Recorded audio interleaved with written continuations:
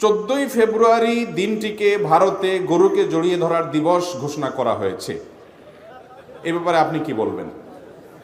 আমিও দেখছি এটা আজকে, বরং গতকালকেও দেখছি যে ভারতের পশু কল্যাণ বোর্ড, দেখেন সরকারি প্রতিষ্ঠান পশু কল্যাণ বোর্ড, সেই পশু কল্যাণ বোর্ড ঘোষণা দিয়েছে যে ইতিবাচক শক্তিকে প্রতিষ্ঠিত করবার জন্য প্রতি বছর 14ই ফেব্রুয়ারি দিনটা আসলে গরুকে জড়ায় ধরতে হবে, সবাই এই দিবসটা পালিত হবে এবং এই প্রতিষ্ঠান এটা করবে। এখানে দুইটা বিষয়। প্রথম কথা হলো যে আমাদের দেশে 14ই ফেব্রুয়ারি যা হয় তার চাইতে গরুকে জড়ায় ধরাটা তুলনামূলকভাবে ভালো। গরু তো একটা অবলা প্রাণী, আল্লাহর সৃষ্টি। আল্লাহর সৃষ্টিতে আপনি দয়া করলেন, মায়া করলেন, এটা অবশ্য গরুকে তারা মা হিসেবে জড়ায় ধরে, সেটা আরেক বিশ্বাসের জায়গা। কিন্তু গরু কেন? গরু জড়ায় ধরতে তো কষ্ট হবে, কারণ বেড়ে কুলাবেন। আপনি ছাগল জড়ায় ধরেন, আরো ভালো। কিন্তু হারাম কিছু জড়াজড়ি করতে যাবেন, হারাম কিছুতে যদি আপনি জড়িত হন তাহলে সেক্ষেত্রে আপনার দুনিয়ার জীবনই ধ্বংস হবে, শুধু আখিরাতের জীবন ধ্বংস হবে তা নয়। মনে রাখবেন, বিবাহ বহির্ভূত সম্পর্ককে যারা অনুমোদন দিয়েছে পৃথিবীর তথাকথিত উন্নত দেশগুলো, আপনি পশ্চিমা দুনিয়ার দিকে তাকান, আপনি অমুসলিম প্রধান দেশগুলোর দিকে তাকান, যে সমস্ত দেশে বিবাহ বহির্ভূত সম্পর্ককে তারা অ্যাপ্রিসিয়েট করে, অনুমোদন করে, ব্যক্তি স্বাধীনতার নাম দিয়ে এটাকে তারা স্বাভাবিক করে, তাদের কি ভয়াবহ অবস্থা আজকে বিরাজমান আপনি কল্পনা করতে পারবেন না। গত মাসখানেক বা মাস দুয়েক আগে সময় টিভির মতো একটা চ্যানেলের নিউজ দেখলাম যে ইতালির গভর্নমেন্ট সেখানকার মানুষের জন্মের হার কমতে কমতে এই পরিমাণ একটা জায়গায় চলে গেছে যে মানুষ জন্ম হচ্ছে না। একটা দেশে কলকারখানা প্রতিষ্ঠান এগুলো চালাবার জন্য মিনিমাম মানুষের দরকার আছে, মানুষের জন্মের হার বাড়ছে না, বাহিরের মানুষের উপর নির্ভরশীল হতে হচ্ছে। তো জন্মের হার বাড়ানোর জন্য প্রণোদনা দিয়ে যে একটা বাচ্চা হলে বাপরে এটা দেওয়া হবে, মারে ওইটা দেওয়া হবে, বাচ্চাকে ওইটা দেওয়া হবে, এটা বলতে একটা ফুল আর একটা বেলুন না, অনেক ভ্যালুয়েবল, অনেক দামি দামি পুরস্কার দিয়েও বাচ্চা জন্মের হার বাড়াতে পারছে না। চায়নার মতো দেশ, কোটি কোটি মানুষ যেখানে, সেই দেশ পর্যন্ত বিবাহ বহির্ভূত সম্পর্কটাকে যখন অ্যাপ্রিসিয়েট করেছে আজ থেকে বহু বছর আগে, অনেক বছর পরে এখন ধাক্কাটা লেগেছে, জন্মের হার থেমে গেছে। ভাইরা আমার, যখন বিবাহ বহির্ভূত সম্পর্ককে স্বাভাবিক করা হয় তখন বিয়েটা সমাজে নিরুৎসাহিত হয় এবং মানুষ বিয়ে করতে চায় না। এই জন্য দেখবেন আমাদের সমাজে এখন 30, 28, 27, 32, 35 আগে মানুষ বিয়ে করে না, ঠিক না বেঠিক? অথচ আমাদের বাপ চাচারা যারা আছেন এখানে, বয়স্ক মুরব্বী 60-70 ঘরে বয়স যাদের, ওনাদের খোঁজ খবর নিয়ে দেখেন তো ওনারা কত বছর বয়সে বিয়ে করছে। বেশিরভাগ দেখবেন 16 বছর, 17 বছর, 18 বছর, 19 বছর, 20 বছর, 22 বছর ভিতরে সব খতম, ঠিক না বেঠিক? এখন এই যে বিবাহ বহির্ভূত সম্পর্ককে আমরা অনুমোদন করছি, এটার ভয়াবহতা যে কত বেশি। ইসলাম কেন জেনার ব্যাপারে এত কঠোর শাস্তি আরোপের কথা বলেছে? কারণ এর কারণে মানব সভ্যতা হুমকির মধ্যে পড়বে। মানুষের একটা টেন্ডেন্সি যদি একবার চলে যায় ওটাকে ফিরিয়ে আনা কঠিন হয়। ইতালির গভর্নমেন্টের চাইতে, চায়নার গভর্নমেন্টের চাইতে, পৃথিবীর অনেক উন্নত দেশের গভর্নমেন্টের চাইতে এই দুঃখ সবচেয়ে বেশি। আর কে বুঝবে যে তাদের দেশের জন্মের হার তারা বাড়াতে পারছে না, কারণ যে বিবাহ বহির্ভূত সম্পর্ককে তারা অ্যাপ্রিসিয়েট করছে। এটা তো একটা পয়েন্ট বললাম, এরকম 10টা পয়েন্ট আমি বলতে পারবো।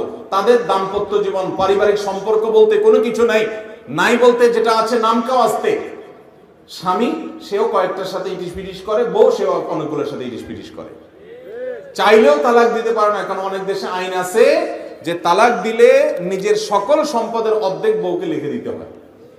এই জ্বালায় সে তালাকও দিতে পারে না। ভাইরা আমার, ইসলামের চাইতে বাস্তব ধর্মী কোনো দিন, কোনো জীবন বিধান আর কোথাও। অতএব বিবাহ বহির্ভূত সম্পর্ক এটাকে আল্লাহ তাআলা হারাম করেছেন আমাদের কল্যাণার্থে। বিবাহটাকেই অ্যাপ্রিসিয়েট করতে হবে, বিবাহিত সম্পর্ক, অবৈধ সম্পর্ককে না বলতে হবে। 14ই ফেব্রুয়ারি উপলক্ষে যে বেহায়াপনা, যে অশ্লীলতার আমদানি আমাদের দেশে করা হয়, এই আমদানিতে যারা এই গুনাহের কাজে জড়িয়ে যায়, ওই গুনাহের কাজে জড়ানোর চাইতে এই গরু ছাগল, আল্লাহর পশু পাখি প্রাণী, এদেরকে মহব্বত করা, আদর করা, স্নেহ করা, জড়ানো বলতে স্নেহ মমতা করা, এটা বরং শ্রেয় এবং ভালো। কিন্তু এখানে আমি আরেকটা পয়েন্ট বলতে চাই যে পশু কল্যাণ বোর্ডের মতো প্রতিষ্ঠান, সরকারি প্রতিষ্ঠান, সেই প্রতিষ্ঠান একটা তাদের ধর্ম মতে, হিন্দুদের ধর্ম মতে গরুকে তারা মা ডাকেন, সেই হিসাবে গরুকে শ্রদ্ধা করার জন্য দিবস ঘোষণা করে। আর আমাদের দেশে কিছু কিছু সরকারি প্রতিষ্ঠান কিভাবে মানুষকে, সংখ্যাগরিষ্ঠ মানুষকে ধর্ম থেকে দূরে সরাবে তার জন্য পায়তারা করে। এই যে দেখেন না, পাঠ্যপুস্তকের ভিতরে পায়তারা করেছিল। আমরা ধন্যবাদ জানাই সংশ্লিষ্ট সবাইকে যে এই পাঠ্যপুস্তকে যে সমস্ত খিস্তি খেয়ে উঠছিল, যে সমস্ত ইসলাম বিদ্বেষী বিষয় ছিল, যে সমস্ত ভুলভাল জিনিস ছিল, সেগুলো না পড়ানোর সিদ্ধান্ত দেওয়া হয়েছে। আলহামদুলিল্লাহ, এটাকে আমরা অ্যাপ্রিসিয়েট করি। কিন্তু এখানে অনেকগুলো ভুলভাল আছে।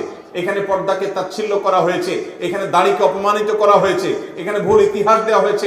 সবগুলো যেন বাদ দেওয়া হয় এবং পরবর্তী বইটা যেন ভালো হয়। আমরা আবারও সাধুবাদ জানাই, মোবারকবাদ জানাই যে ক্লাস 6-7 এই বিতর্কিত বইয়ের বিতর্কিত অংশের পাঠদান বন্ধ রাখার ঘোষণা দেওয়া হয়েছে। আলহামদুলিল্লাহ। তাহলে ভাইরা, 14ই ফেব্রুয়ারি এই দিবসটাকে বিশ্ব বেহায়া দিবস বলা যেতে পারে। এটাকে কখনো ভালোবাসা দিবস বলা যায়? ভালোবাসা দিবস যদি আপনি বলেন, আপনার মা যিনি ভ্যালেন্টাইন্স ডেতে কি আকাম কুকাম হয় এটা উনি জানেন। এরকম একজন মাকে তার ছেলে হিসাবে আপনি যাই যদি বলেন, মা আজকে তো Saint Valentine's Day. Saint Valentine's Day মানে বুঝেন, মানে সাধু খ্রিস্টান ধর্মযাজকের আজকে দিন, মুসলমানের সন্তান সেটাকে গায়ে মাখাচ্ছে। যাই হোক, মাকে যাই যদি বলেন যে মা আজকে তো ভ্যালেন্টাইন ডে, সেজন্য তোমাকে আমি ভালোবাসি, কষা একটা থাপ্পড় দিবে না? বেয়াদব। কারণ মা নিজেও জানে এটা 2 নম্বর ভালোবাসার দিন, এটা আমাকে কিভাবে বলে। বুঝেন নাই কথা? আল্লাহ তাআলা আমাদেরকে 2 নম্বর ভালোবাসাকে না বলার মতো ইমানের শক্তি দান করুন। আমাদের যুব সমাজকে ধ্বংস করার জন্য এই সমস্ত কালচার আমদানি করা হচ্ছে। এগুলো আমাদের দেশীয় কালচার। সেন্ট ভ্যালেন্টাইন্স আমাদের দেশের, এদেশের মানুষের ইমান, আকিদা, বিশ্বাস, কৃষ্টি, সংস্কৃতি, কোন কালচার, কোনো কিছুর সাথে সেন্ট ভ্যালেন্টাইন্স ডে কোনো সম্পর্ক আছে? কিন্তু এটাকে আমদানি করা হচ্ছে। ভাইরা আমার, এদেশে ভালোবাসার প্রচুর অভাব আছে, ভালোবাসার প্রচুর অভাব আছে। সন্তানরা বাপ মাকে আগের মতো ভালোবাসে না, বাপ মারা সন্তানের প্রতি সে মায়ের মতো আগের মতো নাই, স্বামী স্ত্রী পরস্পরের মধ্যে ভালোবাসা আগের মতো নাই, ভাই বোনের মধ্যে ভালোবাসা আগের মতো নাই, বন্ধু বান্ধব পরস্পরের ভালোবাসা আগের মতো নাই, প্রতিবেশীর মধ্যে ভালোবাসা আগের মতো নাই।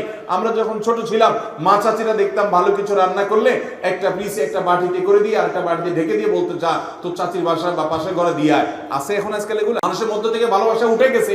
সেই ভালোবাসা কিভাবে প্রতিষ্ঠা করবে, এই চেষ্টা এই নষ্ট এই দুষ্টরা করে না। এরা আমাদের যুবকদেরকে ভ্রষ্ট ভালোবাসার পথে আহ্বান করে। ভালো প্রকৃত অর্থে যে ভালোবাসা, সেই ভালোবাসা, সেই প্রেম যুবকদের মধ্যে জাগ্রত করতে তারা চেষ্টা করে না। এরা আমাদের কখনো আপন নয়, এরা আমাদের ভুল পথে পরিচালিত করছে। আল্লাহ আমাদের যুবক ভাইদেরকে বুঝার তৌফিক দান করুন। ভাইরা আমার, এরা আমাদেরকে বলে, আমাদের যুবকদেরকে বলে, তোমরা কাছে আসার গল্প বলো। কি গল্প বলতে বলে? কাছে আসার গল্পের মানে কি আপনারা সবাই বুঝেন? মানে তোমার বাপ মার অবাধ্য হয়ে, অসামাজিক হয়ে, আল্লাহর বিধান লঙ্ঘন করে, কোরআন হাদিস থেকে দূরে সরে তুমি একটা ছেলের সাথে, একটা মেয়ের সাথে অবৈধ সম্পর্ক করেছো, তার কাছাকাছি গেছো। কিভাবে তুমি এই অসাধ্য সাধন করলা, এই আকামটা কিভাবে করতে পারলা, তুমি সেই গল্পটা লেখো। এই গল্প দিয়ে তারা নাটক তৈরি করে। অথচ এরা কখনো আমাদের যুবকদেরকে বলে না, ও যুবক তুমি একসময় পড়াশোনা করতে না, বখাটে পানা করতে, হঠাৎ তুমি ভালো হয়ে গেছো। কিভাবে ভালো হলে? সেই কাছে আসার, পড়াশোনার কাছে আসার গল্পটা বলো। এটা তারা বলে না। তারা বলে না, যুবক তুমি তোমার বাপ মা থেকে দূরে সরে গেছো, তুমি নিজের ভুল বুঝতে পেরে একসময় বাপ মার কাছে এসে চোখের পানি ফেলে তাদের কাছাকাছি এসেছো, তাহলে বাপ মার কাছাকাছি আসার গল্পটা বলো। তুমি তোমার ভাই বোনের সাথে সম্পর্ক ছিন্ন করেছিলে, ভুল করেছো, রাগারাগি করেছো, একটা সময় ভুল বুঝতে পেরে তুমি তাদের কাছাকাছি এসেছো, এই কাছে আসার গল্পটা বলো। তুমি তোমার রবের কাছে যাওয়ার গল্পটা বলো, হারাম কাজ পরিত্যাগের গল্পটা বলো। এরকম কোন গল্প বলতে তারা আমাদের যুবকদেরকে উদ্বুদ্ধ করে না, যুবকদেরকে নষ্ট গল্প শোনার জন্য উদ্বুদ্ধ করে। এরা আমাদের তারুণ্যের শত্রু, এরা আমাদের যুবকদের শত্রু, এরা আমাদের যুবতীদের শত্রু, এরা পরিবারগুলোর শত্রু। কারণ এই সমস্ত গল্প রচনা করতে গিয়ে বহু যুবক আত্মহত্যার পথে পা বাড়িয়েছে। এই সমস্ত গল্প রচনা করতে গিয়ে বহু বাবা মার অবাধ্য হয়েছে সন্তানরা। এই সমস্ত গল্প রচনা করতে গিয়ে বহু সংসার খানখান হয়ে গেছে, দাম্পত্য সংসারে অশান্তি শুরু হয়েছে, স্বামী স্ত্রী দূরত্ব সৃষ্টি হয়ে গেছে।